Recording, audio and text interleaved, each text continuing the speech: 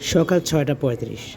চট্টগ্রাম থেকে আমাদের বাস এসে থেমেছে লক্ষ্মীপুরের মধুচৌধুরী ঘাটে। ঈদের ছুটিতে ঘরমুখো মানুষ ছুটছেন প্রিয়জনদের সাথে ঈদের আনন্দ উদযাপনের উদ্দেশ্যে। সকালে কুয়াশা ঢাকা ঘাট, ব্যাগ কাঁধে ঘরমুখো মানুষের ছুটে চলা। ঘাটে বেশ কয়েকটি সি ট্রাক নোঙর করে আছে। যাত্রীদের লঞ্চ ওঠার ব্যস্ততা।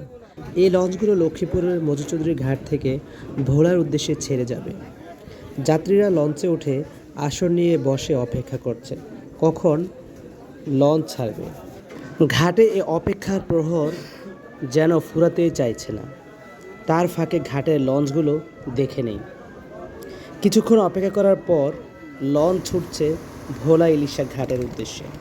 চলতে চলতে চোখে পড়ছে মেঘনার বুকে মাছ ধরার ট্রলারের ছুটে চলা, যতদূর চোখ যায় নদীর ঢেউ।